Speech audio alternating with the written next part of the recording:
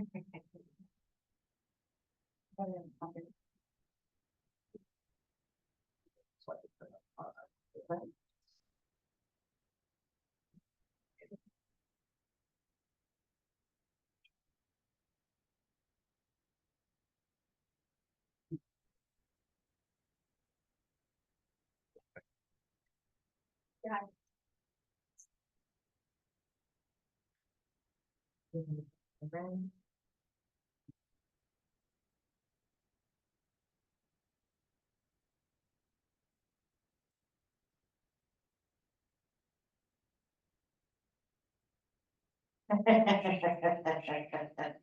mean, I appreciate it. Guys. Hey, baby. Good morning, good morning. Everyone's Party's quiet. here, now we can be loud. We were just waiting for her. That's fair. I think when a broker walks in the room, it's supposed to like, that's when you get like quiet and No, they've got me figured out. that's good. That's good. I Yeah, appreciate that's opposite. it. Good morning, good morning. Good morning. All right, so we are going to start out this morning with a video from Jason Abrams. Bold is being relaunched. Some of you have done Bold or are familiar with Bold from the past. This is not a slight tweak. This is not, Bold has been updated. This is, they threw everything out. Gary sat down in a room with those who were writing Bold, started from scratch and said, okay, what do agents need right now to be bold? So a part of that is the bold truths, which we're going to start today out with Jason Abrams sharing that with us. Hey, gang. Jason Abrams coming to you. I'm so glad you're here. I want you to just take a pause. I'm interrupting the growth call and asking for you to completely change your energy. I want you to put down your pens. I want you to put down your pencils. I want you to close the face pages and the Insta Twitters and the MySpaces. Close the emails. Matter of fact, stand up and close your door. I'm gonna give you a second. Go close the door. Now, while you're closing it, keep listening to me. It's okay. We're doing this because sometimes in life, you need to just slow down. And you need to slow down and take everything in. And so what I'm gonna ask you to do for the next 5 minutes is just sit back in your chair. Listen to the words that I'm saying and think through this concept. You see, there are certain truths in life. And when we understand these truths, our lives become bigger. And in all candidness, I didn't understand any of them, and I'm still struggling to understand them all. It seems like Gary Keller is very clear on what the truth is. You see, he teaches universal truth, which is why the things that he teaches never get old. They don't become outdated. It's one of the reasons that the courses that we hold to be good and true are good and true for everybody, not just us. That's the reason that you create the education for the entire industry. When it came time to rewrite Bold, we made a pact that we were going to speak nothing but truth. So I want to take you through the 10 truths, 10 bold truths. Remember, our lives come down to choices. The choice to live bold is one that we're going to ask you to make. So what does that mean? Well, number one, happiness is a choice. See, I was so confused on that. And most people don't understand it, but we studied happiness deeply. And what we found was that although you might not always like your circumstances, you can always make the choice to be happy. And not making that choice leaves you where? Unhappy. And why would you ever choose that? Well, you wouldn't. Which is why happiness is choice. See, no one can take it away from you. And here's how you know that it's wildly important and it should be number one on the list. Because if I said to you, okay, great, I choose blank instead of happiness, what would be in the blank? Take a second, think about that. What would you fill in? What would you have instead of happiness? And that's how you know it's a universal truth. So number one, happiness is a choice. Now, for the last 10 minutes or so of this call, you've been thinking about all the words that I'm saying. And the truth is, that's the proof that number two, life is an inside job. It's the reality of it. Napoleon Hill wrote this book Think and grow rich. Think and then everything else. That's why life is an inside to the outside world. It begins with thinking, so we choose to be happy and then we live our life from the inside out. Next, what you focus on expands, which is why it's so important that we have the right thoughts in our mind. We see the expansion of our ideas in every single application of our lives. And because that's so important, the path is in the map, which is the next one. So you need to have a plan, and that plan has to be based in reality, and that reality is always found in math. And then there is no try. You know how many times in life I've run into people that have said, well, I tried that and now I'm going to try something else. And sure, we all get to make that decision, but I want you to think about how try came into your lives to begin with. For most of us, it was when we were little. When we were kids and someone said, I know broccoli looks weird, but just try it and let me know what you think. And okay, that actually made some sense. Or don't knock it until you try it. Or try everything once and then we grow. You see, we try things and then we decide what we like and what we don't. But you know what you don't try? You don't try the most important things. You don't wake up and say, I'm going to try to be a parent. Let's see how it works out. I'll let you know. You don't say when the day you get married, I'm going to try to do this. Some of us, we tried as hard as we could, and it maybe didn't work out the way we had hoped. But we got into it, knowing that this was going to be something that we were going to do. You see, when you try and you don't get what you want, people look up and they call that failure. Friends, at the end of the day, the things that you want most, there is no try. There's only do. But then as you're doing it, stuff's going to happen. You see, life isn't fair, and you all know that. It just happens, and not when you're expecting it. It happens on some idle Monday, when you're least expecting it. It hits you out of the blue, and all of a sudden, you have a new challenge. But when you know that life isn't fair, you can prepare for that challenge. You can become anti-fragile, because the fact of the matter is, friends, all of us are going to fail our way to success. See, people that don't know about success wake up and think that you succeed your way there. They think that you came up with the right idea and made all the right moves to get there. And every one of you leaders know that that's fundamentally flawed.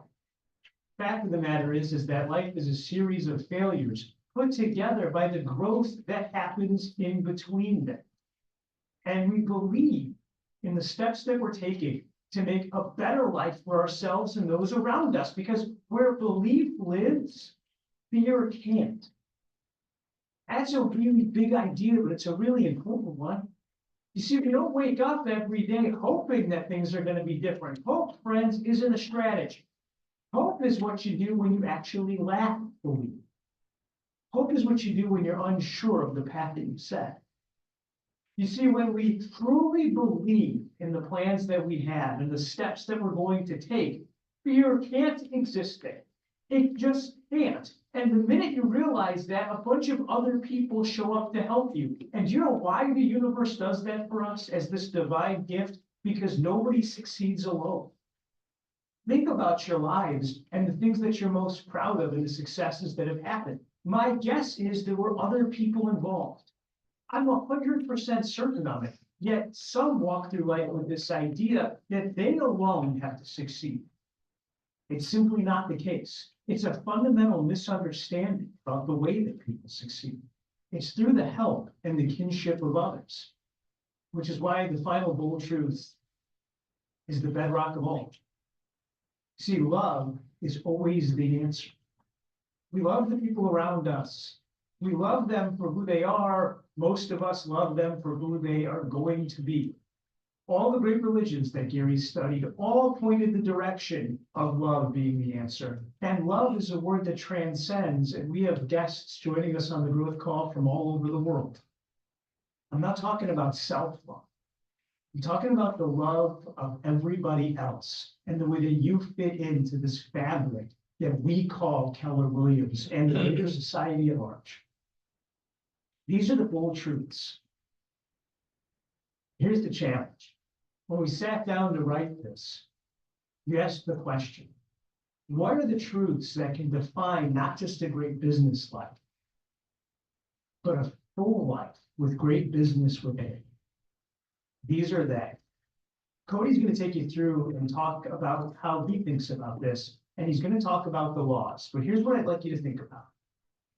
Without universal truth, it doesn't matter how many laws you have. Without truth, they're just words. Universal full truths act as a compass to point us in the right direction. These are the things that guide our way. Happy Monday, everyone. / Happy Tuesday.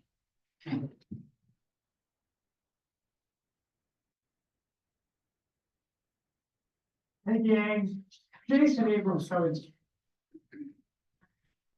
We have a new month, a new training calendar. Be sure that you've picked up a copy of the calendar. Also remember that you can access this through Linktree. If times change, things get added to the calendar, the Linktree version will always be the most current. One of the things you'll notice on the calendar, our broker asked me anything. So we did 3 months of contracts decoded to prepare for the change in contracts and navigate through that. And thank you to Lindsay for sitting with us for such a long amount of time to make sure that we were prepared and ready.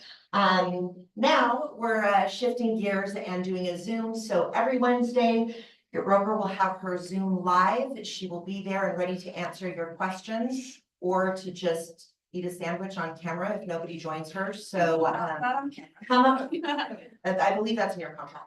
So come up with your brainbusters, jump onto Zoom. These can be hypothetical situations. These can be actual real contract situations. And it's nice that it's in a format that other people can be there and listen in. Sometimes I've learned the most when hearing agents go through their own contract issues, and it's helped me in my business. So if you don't have a question, go be a fly on the wall and hear how she answers them. Fur Baby Fridays. You know, I'm counting on you. Every Friday, I need to see your fur babies here in the office. We will have treats in the office. Isaiah will be taking puppy photos, kitten photos, although I get allergic and they're so cute that I do want to touch them. So you got to stand with a little bit of a length if it's a cat. But we'll be taking pictures of our fur babies for the Wall of Fame. This has me looking forward to Fridays in October. So don't let me down. Bring them in. Multiply your business. So 14 meeting next week. We will be doing a watch party for Multiply Your Business. A quick reminder, this is a training put on by Keller Williams International. It will have top-notch speakers. And the focus of this training is a fundraising for Keller Williams KW Cares. Our KW Cares account is as important now than ever, more important now than ever, with another natural disaster headed to Florida. We have a lot of ties and connections to Keller Williams in Florida. Amy, our MCA, her son works for Keller Williams in Florida that will definitely be impacted by Hurricane Milton. The folks in Tampa, which a lot of you know, Jonah Gamboa has a base in that area as well. Were hit by Helene and now are getting hit by a second hurricane, and they are definitely not ready for that.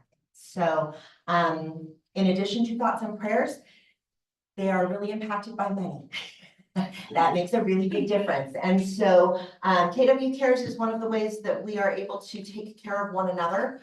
One of the things that this charity does is support agents, market centers, and their immediate family members when they are impacted by natural disaster. So I am anticipating that we will be called on to give, and so it's a great time to help build those stores. So participate and multiply your business. The ticket for general admission, if you choose to watch this on your own and on your own devices, is $39. I thought it was 39. I think it's 39. We really need to look with that slide so I can see you now. $39. That's what I'm going with that. It's $39 if you want to pay directly to watch this on your own device. You can come here to watch this at the Market Center. We will have a watch party, and we would love to take your donations for KW Cares of any amount at that watch party as well, so that we can support. Remember, by all of us getting a little, we are able to make a big difference.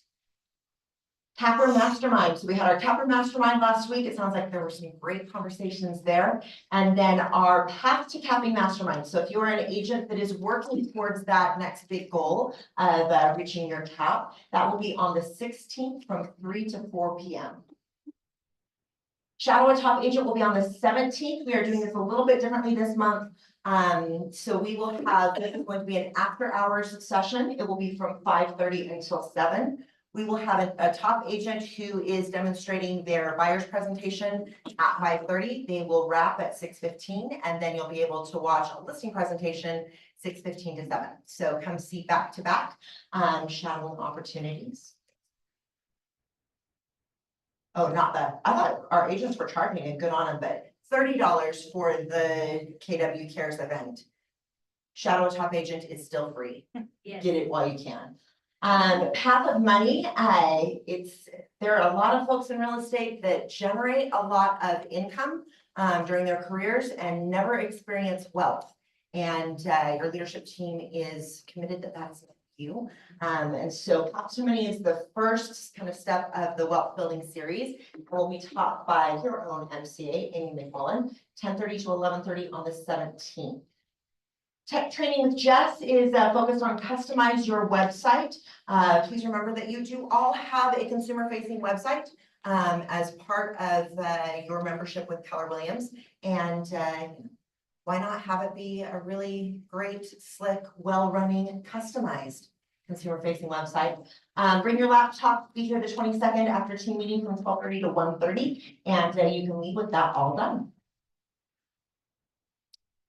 Set it, achieve it, and goals and glue. We are in business planning season. So we will have our business planning clinic next month. Feedback from the ALC as we talked about what we wanted to incorporate into this business planning clinic is that they really wanted to see us get in touch with our bigger vision first. And work on vision boards at the market center before we dove into the business planning, which is a great idea. So we will have a team meeting on the 22nd where you'll have a panel of agents who have successfully worked with vision boards, leveraged those in their business, sharing why they care about this and how to put together an effective vision board. And then we will have glue sticks, we will have magazines. We just need you to bring your goals, and we will have a little goals and glue vision board making party on the 23rd that will start at 5:30 and go until the vision boards are all done. So we'll have music and energy and fun and actually get these done. I have an unfinished vision board from last year somewhere in my office. So I'm very excited that we are doing this year so that I can actually get mine complete. Our quarterly market update is the 24th. Be sure that you have registered for that. You should all have received an email with that link. That is from 10 to 11:30, Zoom only, and we'll be getting all of the updated stats from Q3 so that you know what information to share with your clients. Remember, the important thing if you are going to be the economist of choice for the people in your database is that you actually understand what's happening in the economy. That's sort of step one. So be sure that you attend this session, grab your takeaways, and then we will talk about that briefly in the team meeting following. Foreclosure 101, we have a CE class being taught. That's right, on the 8th, oh, that's today, 12:30 to 1:30, so right after team meeting. Here we have our CE class, so stick around and get your CE credits. I look forward to this every year. The team has already been talking about our costumes. Y'all are gonna really need to come with your A game because we are coming with our A game. On the 29th is the last team meeting before Halloween. We will have our annual costume contest and chili cook-off. So team meeting will be scary stories to tell in the dark. We have some veteran agents who will be sharing their scariest real estate stories with you. And then we will vote for our favorite costumes and sample chili. We'll do this potluck style. So if you're not going to bring a submission for the chili cook-off, we'd love for you to bring some sort of a side dish. And we will get the Halloween spooky season celebrations going. Congratulations to all agents who took listings last week: Christine Min, Dana Conway, Joe Reardon, Karen Hansen, Actually, Lindsay has two, Jesus Valdespino, Gary Sundwall, Vanya Acevedo, and Dustin Bradbury. We had 10 listings taken last week.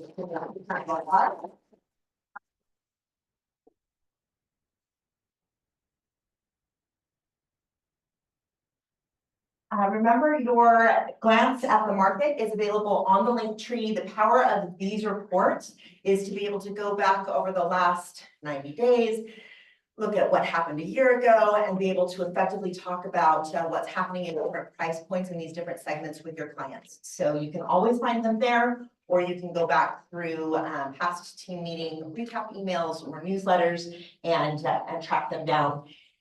If you're looking for a market at a glance from a specific time, and it is the one market at a glance you cannot find in your email, I do not be the only one that this happens to, please come and see us and we will track that down for you.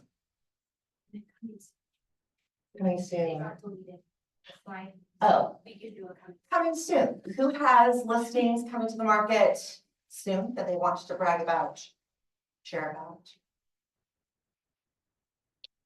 You deleted the site on purpose, Jess. It wasn't me.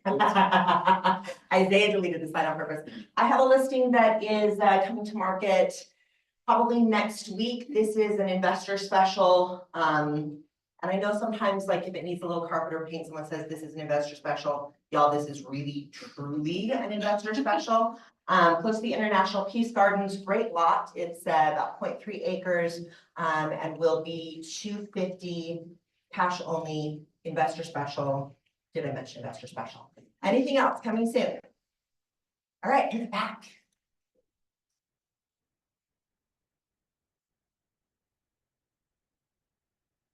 I have, actually Karen has a new listing in the Avenues. It's about 3,000 square feet.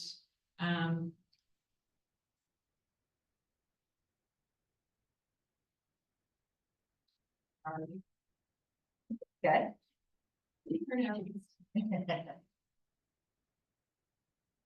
It's on C Street, 4 bedrooms, 3 bathrooms, $730,000. I want to notate, it is in an HOA. There are 2 private homes right behind it, and you get 60% ownership of the HOA. And then I have a new listing in West Jordan, 2,300 square feet, 5 bedrooms, 3.5 baths. Huge backyard. We're going back and forth on price, but I think it will be about $540,000. Fantastic. Congratulations, well done. Anything else? Definitely ones. Before you come all the way back with the mic, let's we've got money in the house. Grant, will you just share a little bit with us about what's happening on the financing side of things? What should we be talking to our clients about right now? Awesome. All right, so did we hear about the jobs report on Friday? It's good, but not good for rates. Okay, which is fine. Actually, I kind of like that. The past, I don't know, 3 weeks, how many hands here have heard, I'm gonna wait till rates continue to go down. I don't know if you heard that, but I definitely have. And so now on Friday, I made phone calls. Hey, we don't know what rates are doing. Right now is the time to buy. I've seen elections where I come in the next day, rates are 1% higher. So it's like, hey, we don't know what's going on. Let's get people in the house and hey, let's do a refinance if they keep on going low. Right now, lenders are, we're hiring a bunch for the refi boom. And right now, IntroLend's putting on a deal for yourselves or for any of your clients who did buy in March or whatever. We're giving them 150 bips off. What bips, basing point spread, which what that means to you guys is if you're at a 6%, normally I get you at a 5.6. We're just doing that or we get you at that 6 and we pay all your closing costs. So right now we're really kind of ramping up the refi thing. So don't sell the rate, sell the house. Say, hey, 6 months, a year down the road, we're going to get you, if the rates continue to go up, we'll get you into a refinance. Don't worry, we'll get you handled. We're getting prepped for it. So that's kind of what's going on right now. So Thank you very much. Yeah. 5. And then do we have Florida Decor here now, or are we bringing them up at the end? They will be at the end. Okay. I think at 11:30. All right. Told me you didn't want a big bias, so Yeah, that's good that's job. perfect. So, Perfect. yeah, let's see my shirt out. So I did get a message from Fred and he said, please don't do a big thing, just say, and here is just Fred. And I told him I wasn't gonna do that, so, I was honest. Fred helped me put together the first offer on the first property that I ever wrote a REPC on, which happened to be my own personal residence, where I did get the house and lived there for several years. He was foundational and really pivotal in me developing my real estate career. And I am forever grateful for that. And for the fact that even though we worked together at the same brokerage for a very short period of time, he continued to be a mentor and a support and someone who is very dear to me and very important to me in my world. So Fred and I were at lunch a couple of weeks ago and talking about all sorts of things as we do. And he was talking about door knocking. I think he was talking about his pipeline and said, yeah, I've got to go knock some doors, or, oh no, I remember what it was. You can share that story. And I said, okay, stop. I have so many agents that really need to hear this message and that would door knock if they were confident that they could make this effective, or would have some version of cold conversations if they felt like it would be effective. But there's a bit of a gap between the willingness to go do it and the ability to actually have that to turn into business. And so I asked if he would come and teach us all, and he graciously agreed. And so please give a huge round of applause to my friend and mentor, Fred.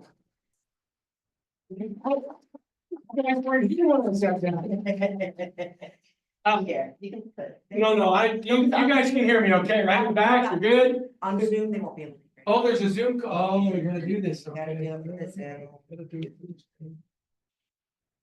Does that work? So That now I works. have to, oh, this is bad, because now I have to really focus on talking softly and chilling out a little bit, and. We can turn the volume. No, it's better for me to have to focus on being a little bit more chill, so, to start with, because we're breaking up, the guys on Zoom, you can do this, we won't see you.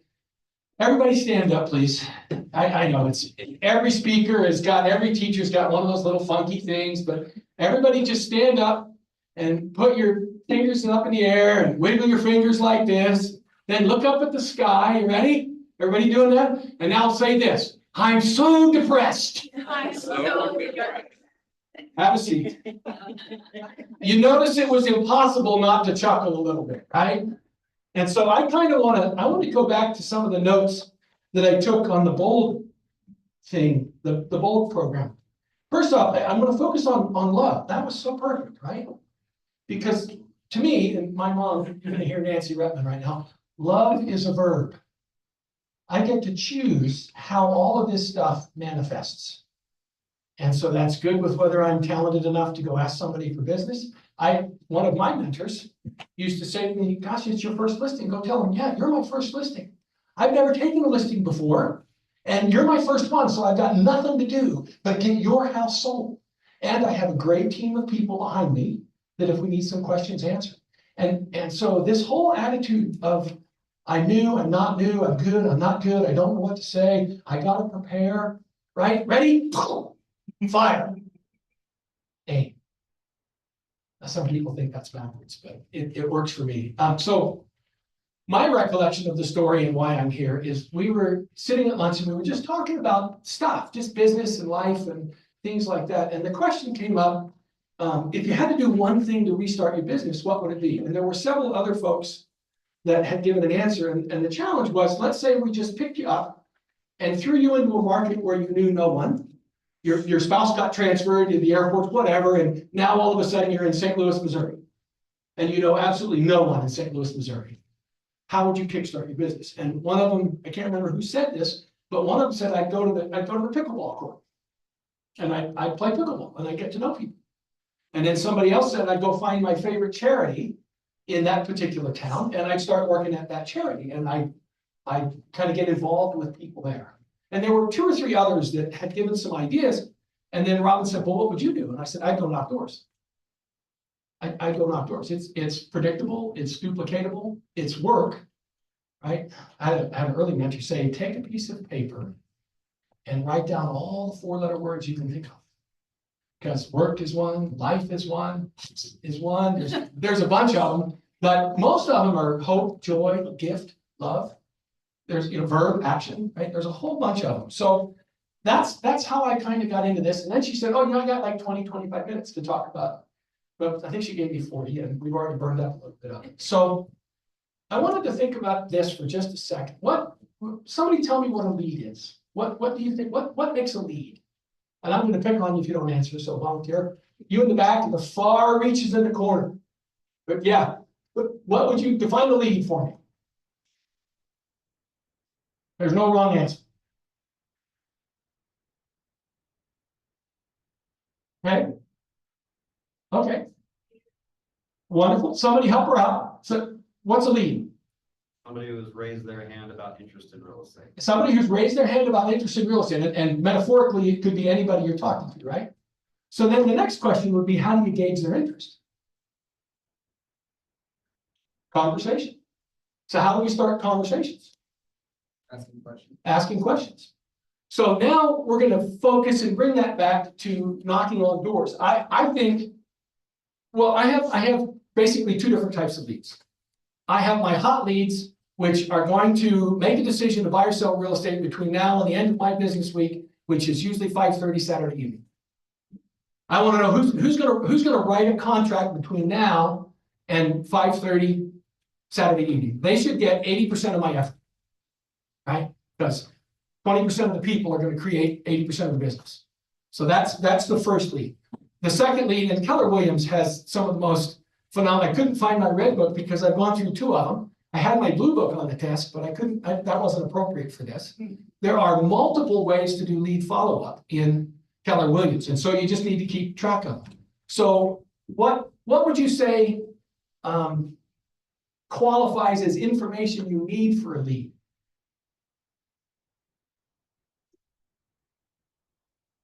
Phone number, email. Phone number, email. Something else? Name. Name might be good, thank you. Okay, don't turn this over yet. That's the death of a teacher, is to hand out a piece of paper before you're ready for it. So don't turn this over yet. I'm going to sneak by. Yeah. Okay, so we've already covered, we've already covered finding a lead. You're like, how does this happen to door knocking? Right? Where are we going with door knocking? Right?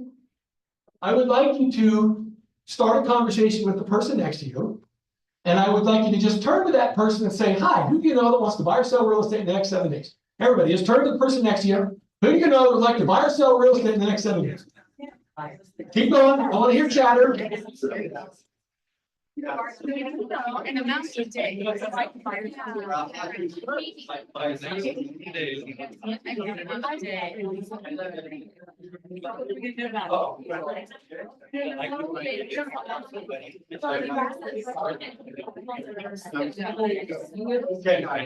All right, excellent. We'll come back in just a second. I ran out of papers, so maybe a couple more copies. Just grab one and maybe 3 or 4 more copies. You know, one of the, I've been very fortunate in some of the people I started with, but I sat in the office, my first office was a lady named Joan Payne. I don't know if you've ever heard the name of Joan Payne. She sat next to me, well, she had her own office, but I was in that Coldwell Banker office. And I was making phone calls. Somebody said make cold calls. And so she came in at like 7:30 at night. There weren't as many restrictions. And she says, what are you doing? I said, well, I'm making cold calls. They gave me this 7-second presentation. Who do you know that might want to buy or sell real estate in the next 7 to 10 days or whatever? And nobody trained me. So she says, what are you doing? And I say, well, I got the phone book. Now, some of you don't even know what a phone book is. And so she's like, what do you mean? I said, I'm just calling through the phone book. And when she talked to me, I'd been there, I was working my way through the C's. My first 5 transactions my first year were all in, last name was either A, B, or C. And she said, really? That's all? Really? So here's the point. Here's the point. We got to get outside of ourselves and talk to people. My rule is I need to have 3 real estate conversations with any individual that's alive. 5 days, 6 days. Saturday I usually do a bunch of other stuff. So 5 days a week. right? And so how do we get outside of ourselves and get more comfortable? That's an introspective, perhaps not a rhetorical question. I might pick on somebody. And if somebody would like to volunteer, how we get outside of ourselves with talking to people. How do you do that? Please. You have to pencil it in the calendar. Pencil it in the calendar. Okay, you have to start with it, right? Do you really need to know what to say? So our friend Shane Kay. You gotta know Shane Kay, but that's another story, okay? Shane, about a year ago, he challenged me. He said, look, we call it yak yak. He says, you go up, hi sir, I'm Fred, you are? Greg, nice to meet you. Listen, this is gonna sound really weird. I mean, it's gonna be off the charts weird. You're gonna think, maybe I'm asking you something, Greg, I'm seriously, just bear with me. You might think I'm nuts, okay? Have you ever thought about buying or selling a house? Oh, yes. Okay, why did you want to do that? I get a little money. So, if we could help you get a little money and we could make it so the rates didn't matter, would that be something you'd want to talk about? Can I follow up with you? Sure. Okay, name, address, phone numbers, great like that. So Shane, and again, someday you'll meet Shane Kay, someday you'll have the pleasure of doing the deal with him. So he put a quantity to that. And his goal is to ask one question a day, 5 days a week. So how many days is that? I didn't do the math in my head on this, but 5 times, let's see, there's 48 business weeks, 5 times 48 is like, whatever. 240, okay, so you ask 240 questions. Let's say you get 1% return on your investment. 240 asks gets you what? 2.4 deals. I don't know what your average commission is. $10,000. So you just made $25,000 because you talked to somebody at 7-Eleven. Is that okay with you guys? Right? And is it something we're going to be comfortable with? Oh, you took my master? I set it down, sorry. Okay. All right. So I skipped over a little bit because part of this process is being comfortable with being uncomfortable. Right? None of this is easy. For most people, none of this, and you might find this hard to believe, but I'm left to myself. I'm a pretty shy, quiet guy. I just want to be left alone. Don't talk to me. But I'm in a business where I have to talk to people. Okay, so does that make sense so far? Questions? Just, I don't know, where am I on the clock? Well, I got lots of time. Questions? Nobody even wants to say once, what the heck does this have to do with knocking on freaking doors? Okay, so on the paper in front of you is a door script. There's actually 2 of them. There's one of them that says just listed, and one of you is going to have to slide together. So one of you pick just listed, turn to the person next to you and read the script. Just read it out loud to the person next to you. This is an interactive. Well, yep. If you guys match up back here, there's 3 of you. Just somebody get together and read it out loud and read it to me. Yeah.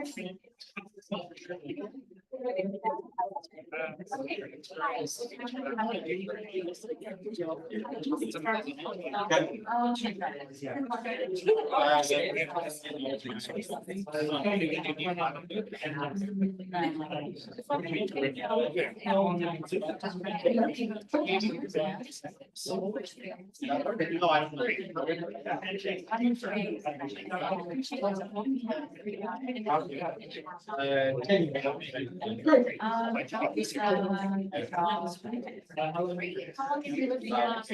find it.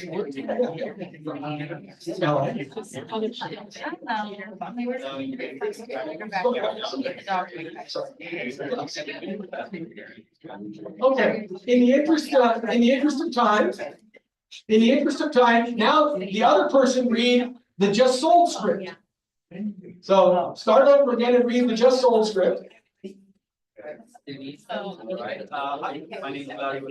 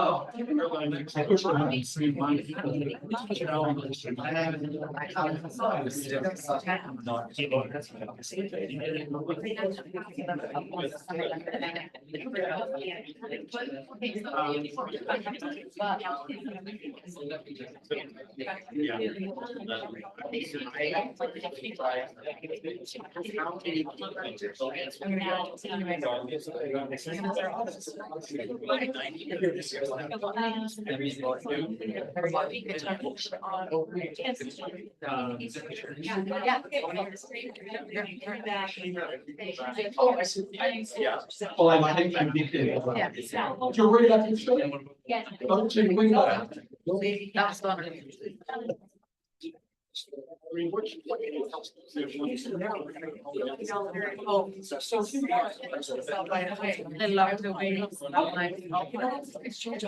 Brand new sign. And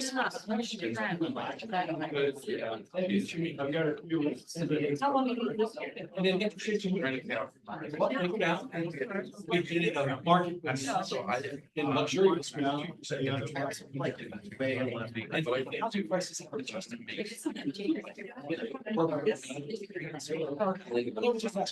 Why is he?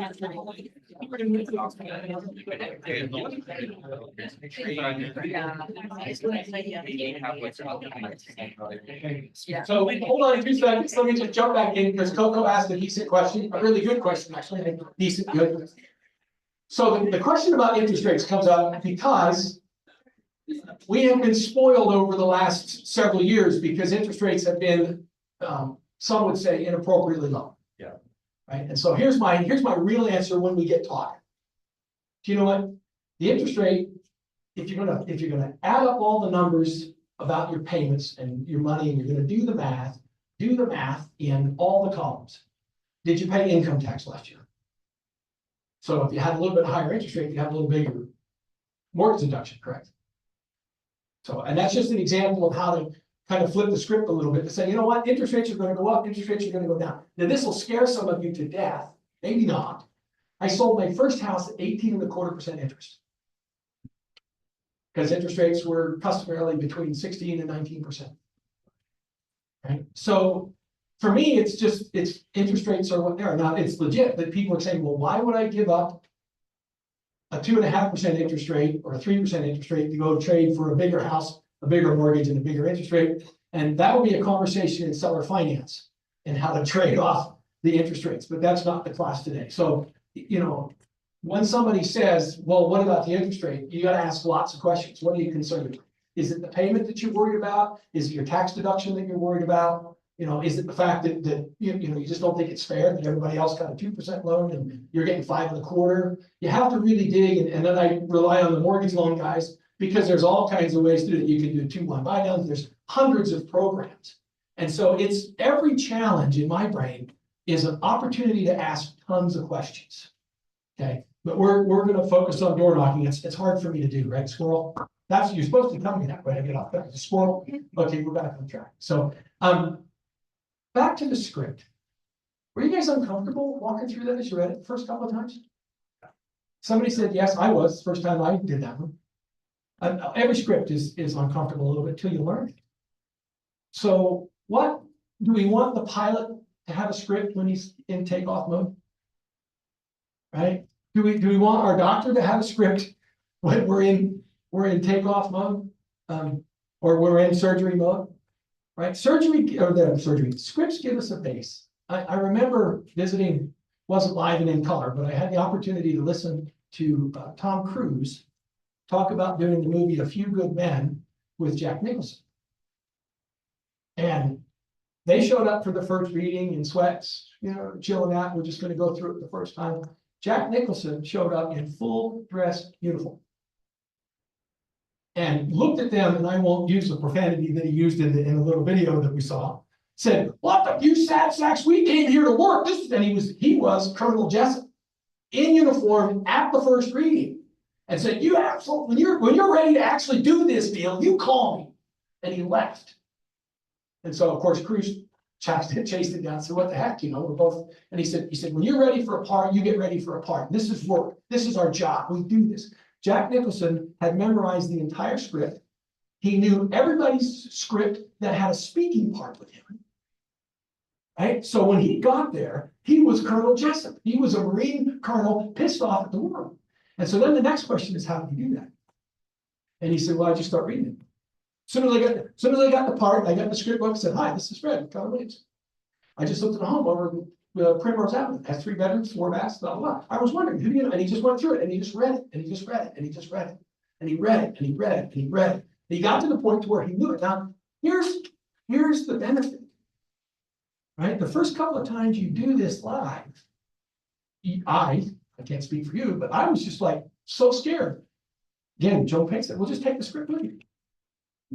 "Hi, my name's Fred. I'm a realtor with Coldwell Banker, and I've been in business for 3 weeks.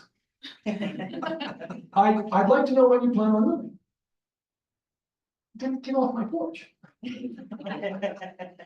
I stopped at a FSBO 2 months ago and said, "I'm curious why you're selling it yourself. I haven't seen many FSBOs, right? They're around like they used to." And he said, "Well, you know, blah, blah, blah, blah, blah." And, you know, and he said, "Why should I talk to you?" And I said, "Because I'm a crap banker. I mean, shit just happens to me. I've been in business 36 years and stuff happens. You can't believe the challenges I've had to solve in 36 years. And, you know, quite frankly, you do anything for 36 years, you get pretty good at it. And so I'm a crap banker." Now, that didn't happen overnight. Right? So don't expect the scripts to happen. But work is a 4-letter word, just like life is, and hope, and gift, and love, charity. Well, charity's not. It's in everything. So if you practice the scripts, 2 things happen. What do you think the 2 things are? Let's make it a little interactive. There's 2 things. One of them's obvious. You get comfortable with it. What's the other thing that happens?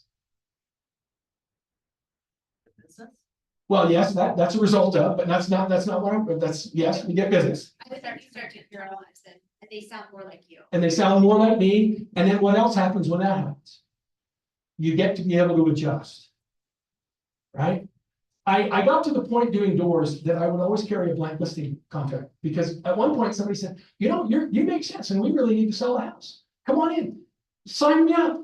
And this is so, I mean, I started when fax machines were a new invention, so we couldn't just like turn it up on my phone, and I didn't have a listing agreement with me. And by the time I got back, he called somebody, asking a question, unless there was somebody else. I said, "Okay, I'm carrying a listing contract with me." Okay, so that's the purpose of practicing, right? So, does that make sense?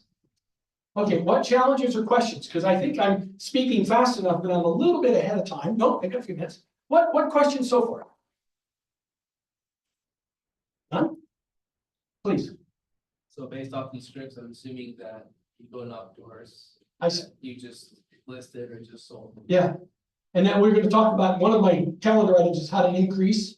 And I'm doing this just for the fun of it, but because I like, you know, being crazy. So if I list a house here, or you had, what was it, 10 listings this week in the office, call the agent, get permission, right?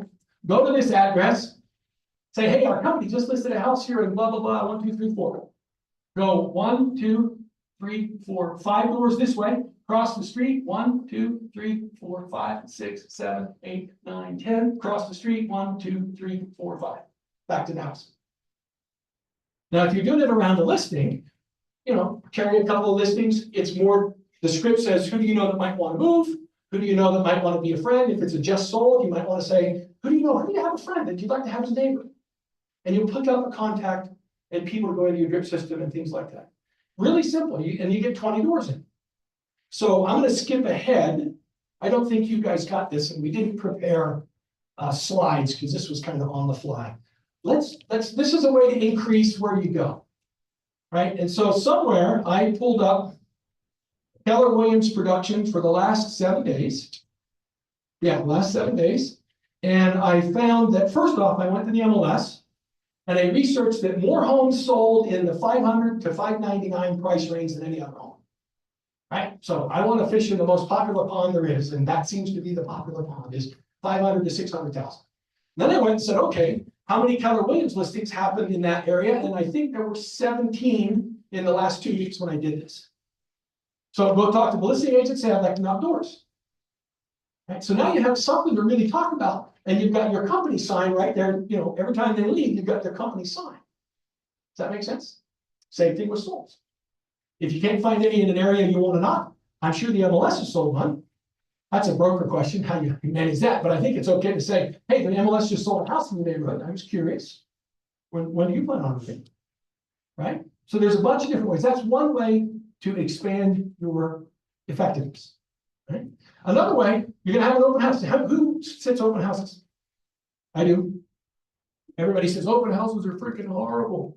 I'm closed 2 transactions and I've got 2 contracts written from an open house buyer that walked through and called me up 2 days later and said, well, I just like the way you presented yourself to the house. You know, so it's about talking to people. Now, I'm gonna pause for a second. Because do I seem fairly comfortable with where I am right now? Okay, it took a lot of work. I've worked at this. I've read the scripts over and over and over and over again until they just come out and they're me. I think that point about you internalize them, and that's an excellent point. And then the second thing is I've been in business for a while and I still knock doors. I usually try to do 1 day a week.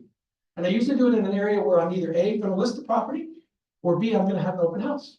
Open house is called gardening. Right, and I think Keller's has a program called gardening, so you talk to an agent that's got a listing, if you don't have any, and say, can I go garden around your listing? Work out a deal with the agent, I'm gonna go knock 20 doors. Does that make sense? Then you go another street, pick another area.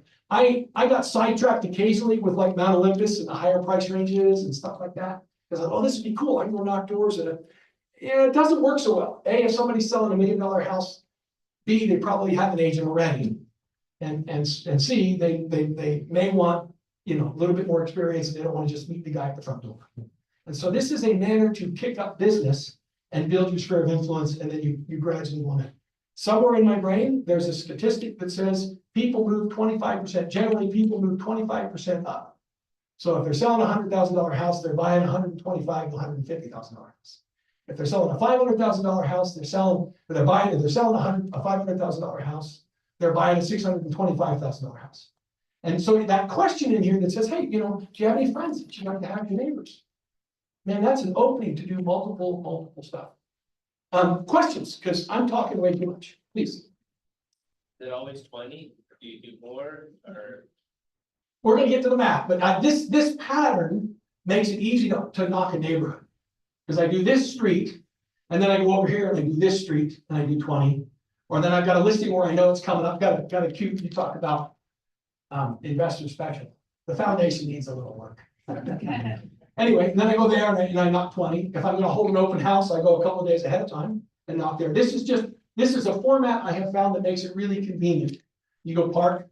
And when I was first out, I don't know if you know Phil Craig, he was one of my mentors, he's been around a while. When I first started in business, I'd park the car and take the bike and hide the bicycle behind the bushes, because I didn't want to spend the money on gas to just drive around. So I'd go to a neighborhood, and then I'd ride the bike around, and I'd do 5 or 6 of these, you know, hit 60 doors, and then get the bike and ride back to the car. So, please. Is it just a one and done round, or do you ever?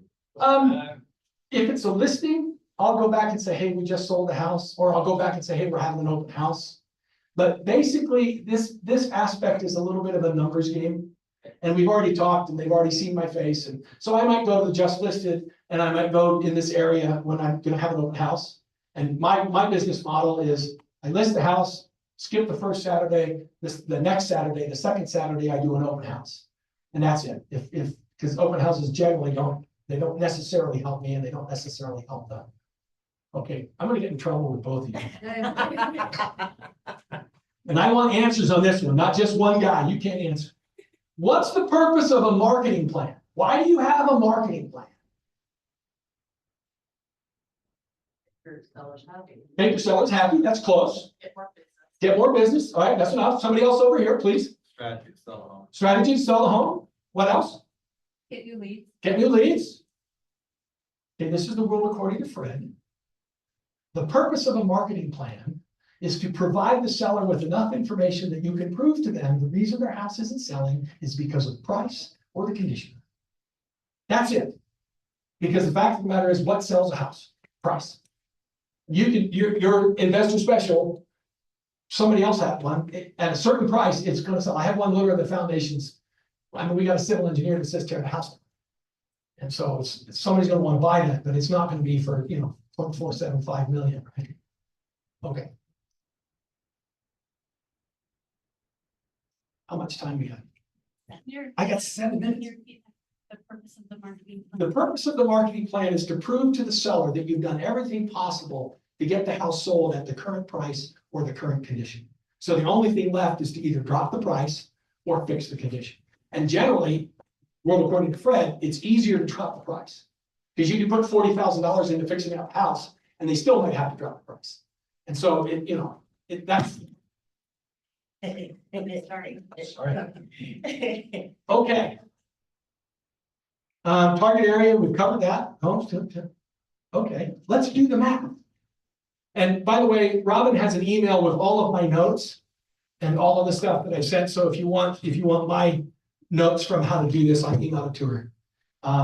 Ways to increase your yield, that's probably important. We talked about knocking doors, pick a zip code that you're familiar with. Look for move-up buyers, ask about friends and animals or herd animals. If they have a friend, you just listed a house, or the company listed a house.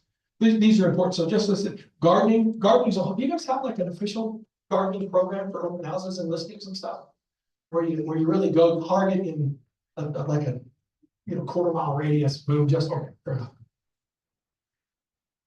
I don't know if I can write this, so I'm just gonna go through this. Would it be appropriate? Wrong question. Would you guys be okay with $523 an hour? Anybody here had a part-time job or a full-time job where they made $523 an hour? I haven't, right? Okay, so you'll have this written out, and maybe I should put it up as a visual and try and write this, but that's all right. It's fine. First off, you have attempts, right? And then you have conversations, then you generate leads, and then you have appointments, and then the appointments close. And the math and the numbers, because you were saying, is this worth it? So 80 doors is about, you can get 10 per hour, right? You'll knock on 80 doors, you knock on 80 attempts. Take you about 8 hours to do that, and you should end up with 20 conversations. That makes sense? Out of the 20 conversations, you might get 5 leads. 5 leads or someone that's raised their hand or said something that makes them, you think that they're interested in something about real estate. Correct. And a lead would be somebody who's, I would also define a lead as somebody who's willing to give you their contact information. And when I say contact information, at a minimum, name, cell phone number, and email. Because you can get the address and the rest of that stuff. But really, and anymore in today's world, name and willingness to the cell phone number, and then you just send a text right away and say, thanks very much, and you confirm that that's their cell phone. And if you've scheduled an appointment, or if you told them you're gonna get them something, you say, okay, I'll get you that information on the sale. But really, minimum, their name, full name, and their cell phone, and an email. Those 3 things, and you can figure out pretty much anything else. So, okay, you get 5 leads. Out of 5 leads, you should get 2.5 appointments. Give or take. And out of 2.5 appointments, you should get 1 contract for closing. So that total time for all of that distilled down bit is an average of 23 hours. I used 11,800 for my commission average. Shouldn't do that, should be. Oh, there's a disclosure somewhere. We're competitors. I work for another company. We can't talk about fixing prices.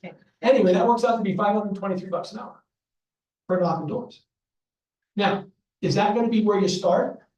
Probably not. Okay. And you got to have a little bit of a willingness to put myself out there, personality, right? You got to be willing to step out a little bit and be willing to be dumb. And I'm dumb all the time, so I'm comfortable with that. Another four-letter word. It is another one. It's a process, not an event. I guess I'm trying to make it a conclusion, trying to draw this together, you know. Real estate is a significantly difficult job. People don't get that coming into real estate. They don't think it's everybody sees the car and the fancy and stuff like that. I've deteriorated to the point where if I were listing a $2 million house, this is what I'd wear. And I thought about wearing a coat, and I thought, nah, the office is pretty casual. If I'm doing a legal class, I'll wear a bow tie. Freestyle hand tie. So here's the final thought, yes. And that is, first off, what are we willing to put out to do to make it work? What do we do? Who knows Alan Rickman? Anybody know Alan Rickman, the actor, right? He was interviewing with Jay Leno right after they shot Robin Hood.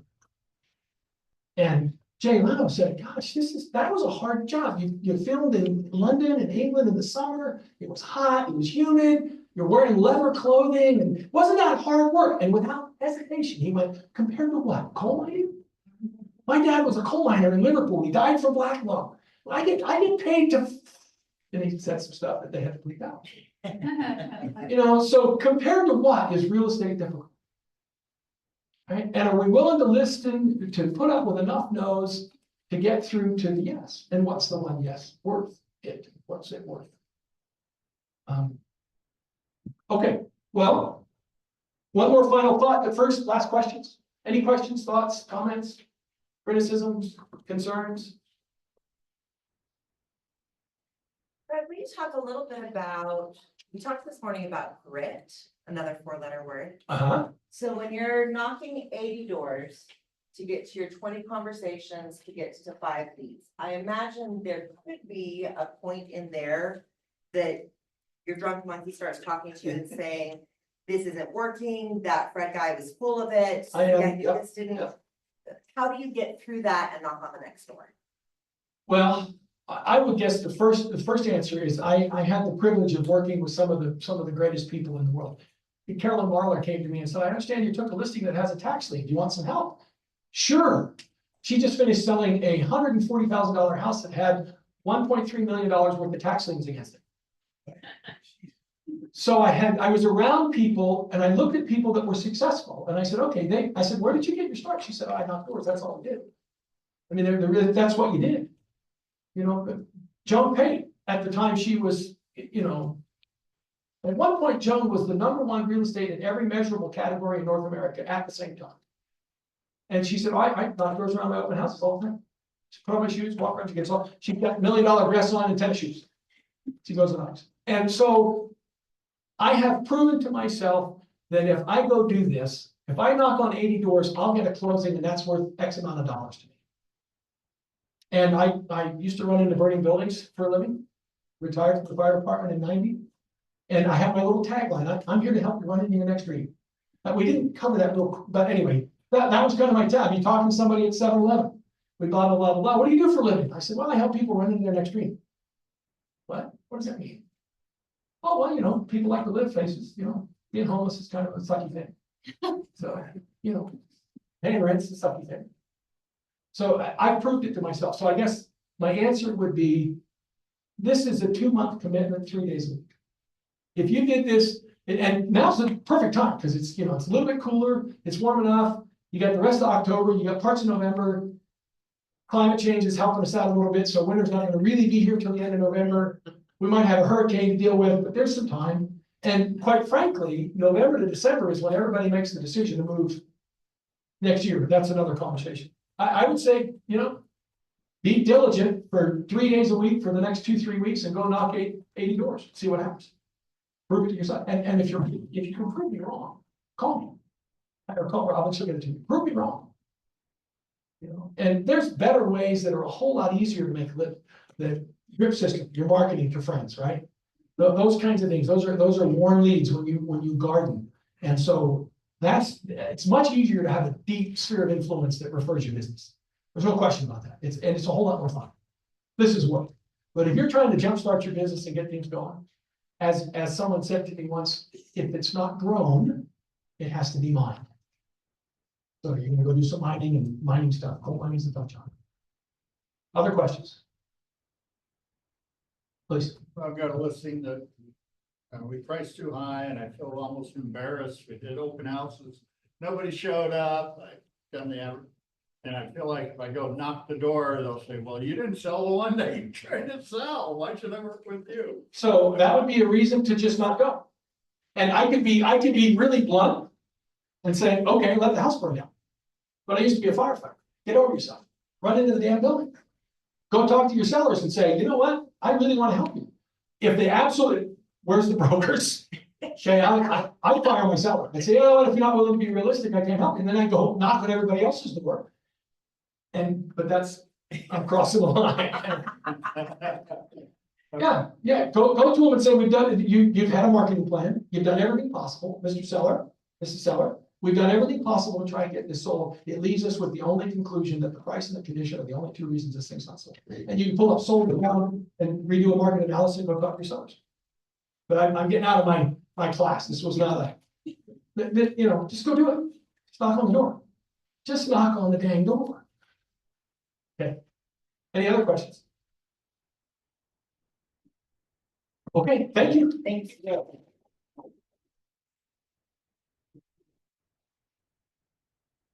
Fred, thank you so much, and I will get those notes out to everyone. When Fred was talking about looking at segments to be mining in, remember, that's another thing that you can use the week at a glance report for, to look and see where the most property is selling, where you gain attraction, so that you're spending your efforts where it makes sense. Thank you to our team meeting sponsor. We're going to hear from them real quick, and then go back and grab lunch. Be ready for our CE class. So if you want to come on up. Test. Everyone hear me? Good. Good, I can hear me too.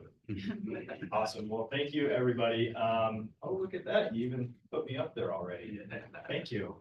My name is Tyler Jorgensen. I am the Pro Services Manager with Floor and Decor. How many of you guys, by raise a hand, have ever been to a Floor and Decor? Cool, good. And I'm preaching to the choir a little, but the reason we wanted to come talk to you guys a little bit today, just for a second, and obviously bring you guys some food, is to let you know that we are an excellent tool for agents and that we should be a tool in your pocket. Obviously, you heard a lot of tools today. And so those who did not raise their hand, I wanted to see if I could just connect my phone real quick, if that's all right. Which uh-oh,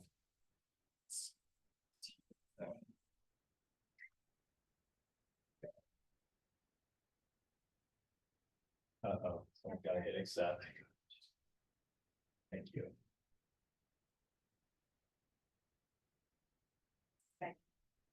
There we go. All right. Fire it up. There we go. So I also brought my friend Courtney here. She is our design manager, if you want to say a quick word, Courtney. Yeah, hello, thanks for having us. Basically, my job at the store is to help homeowners, also pros, contractors, realtors, brokers, find the right product for their home, especially for you guys, homes that you're trying to sell. Knowing the product, like hardwood adds value to the home, marble, stone. So you're getting someone that's knowledgeable about the store, because when you walk in, it's very overwhelming. There's a lot of stuff. So I'm there to have a personalized experience and make sure you get everything you need, and it's free. Awesome, thanks. Yeah, so we're gonna go over real quick, just features and benefits in a short video. I promise it's short.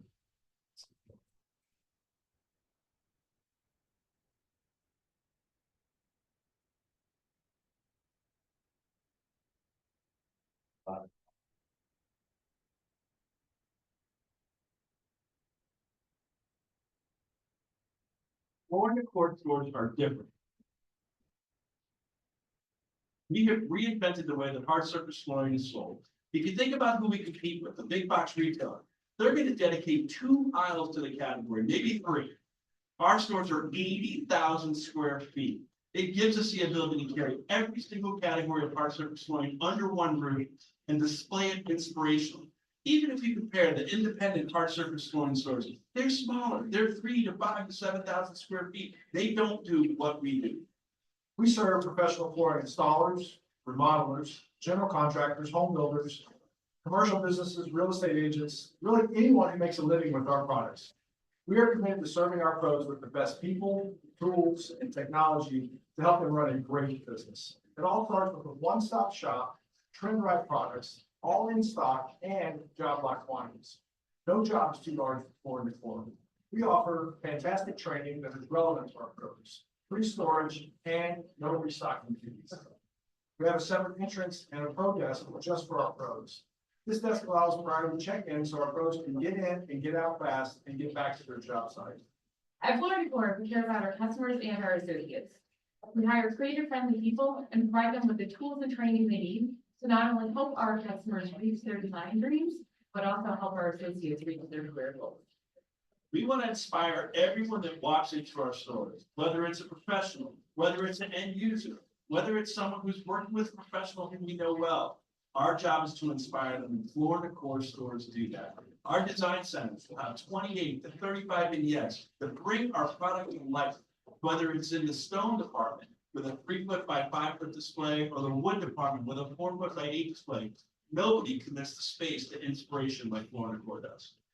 We offer free design services for our pros and their clients. Whether you're a homeowner or a pro, our expert designers can help manage your budget while expressing your personal style by choosing all of the right materials and storage equipment. The way that Floor & Decor source product is different. Traditionally, there is a core of natural stone or factory, works through an agent or broker, and sells to an exporter. That exporter then sells to an importer, then importer then sells to a wholesaler, then wholesaler ultimately sells to a retailer. We simplify that. Our merchants travel the world. We are getting marble tiles from Italy and Greece. We are getting tiles from Spain. We are bringing natural stones from Turkey. What we do ensures that you have the very best quality products at prices you have never seen before. We empower our store management team to create a localized assortment. What does that mean for our customers? That you get the most innovative and trend-forward products in the industry. From New York, California, our stores will carry what reflects in your market and in the neighborhood. We are the category killer for hard surface flooring. We have everything you need. You name it, we've got it. Our associates are some of the most knowledgeable in the industry. We really are what sets us apart. Floor & Decor is different, and you've got to see it to believe it.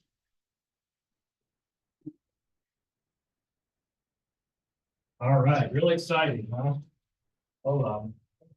There we go. So, like you mentioned, you know, we have the largest assortment of material in store, so that means your customers can walk right in and get stuff. Now, when I say your customers, this is a huge advantage that you can use as an agent as you're, you know, looking at a customer's house and they're talking about that bathroom that maybe you're looking at going, dude, this bathroom sucks. This is going to be hard to sell. If we can put this together for $2,000 or $3,000, you know, if you guys want to do a little DIY handiwork, we have the lowest and best prices, but also then they can maybe get you guys a higher sell price because they're willing to do a little bit of the DIY work. We also do have contractors that are with us, so if they decide they want to do that, we have contractors through our Installation Made Easy program that are available. It's also great for your investor clients. If you guys have investors, send them to Floor & Decor. And like Courtney mentioned, our design team is perfect for just sending people in. We're literally a hands-off process for you guys. We have so many agents we work with who are like, go see Courtney at Floor & Decor, go see Hannah, whatever.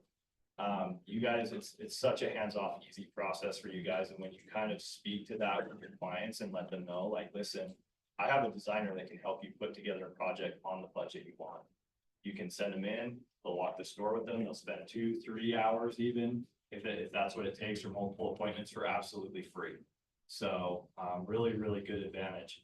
It's also great if you're showing a house and maybe there's that room where they're like, this room sucks. You can kind of switch to and pivot to that. I've got designers at Floor & Decor. Let's take some photos, take it in and get it done. So one of the advantages too that we have is we have a pro service team, and that's obviously my team. We'll help you source, find, and if you don't have something available, but also we have pro accounts. So you guys get free samples along with the free design services to kind of move that process along, and they can take it home, pop it in the bathroom, see if it's a good look.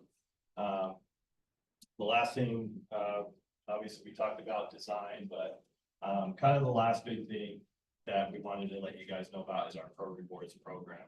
So just by sending your customers in to purchase material, we can give you guys a rewards program for that. So we do kind of a point system, but that allows you to kind of have that ability to maybe get a TV at the end of the year or get something kind of cool for the efforts that you're putting in into sending customers into our store. But with that said, what questions do you guys have for me, or if any?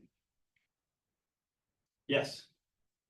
Is there like a one-time discount that you guys would be willing to offer for our clients through a flyer or something that says, hey, come visit us, you know, your first purchase, you'll get 10% off, 15% off, or something like that? Yes, I'm actually glad you brought that up. We do a 5% military, that's every day. So if you have a client that's military or you yourself are a military, you can utilize that military discount. But also, we do have large project discounts as well. That's based on the material selected. But for you guys today, we obviously we brought lunch. We have our business cards when you get to the cookies section of food. So sitting right there, grab me or Courtney's card. If you guys have a project in the pipeline and you want to bring it in for your first purchase, we will give you up to $50 off on your first purchase of material. So that will hopefully help your client, incentivize them to maybe want to come and utilize that discount. Or if you guys are, I mean, many of you are probably investors as well, looking for properties as well here and there. Use it for yourself. Totally fine. But pop by the pro desk or talk to Courtney at the design desk, and we can get you set up with a pro account so we can utilize that discount. Yes. Any other questions? Okay. Thank you for being here. Thank you for your sponsorship and your partnership. Everybody grab their cards, lunch is available in the back, and then we will start the CE class here in about 15 minutes.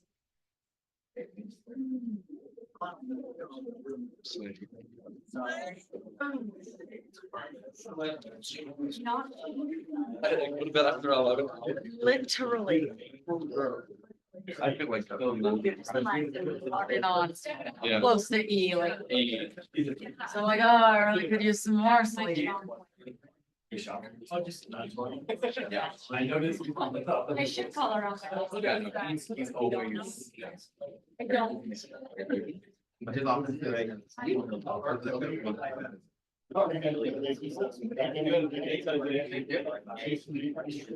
Just. I missed what it is though. But yeah.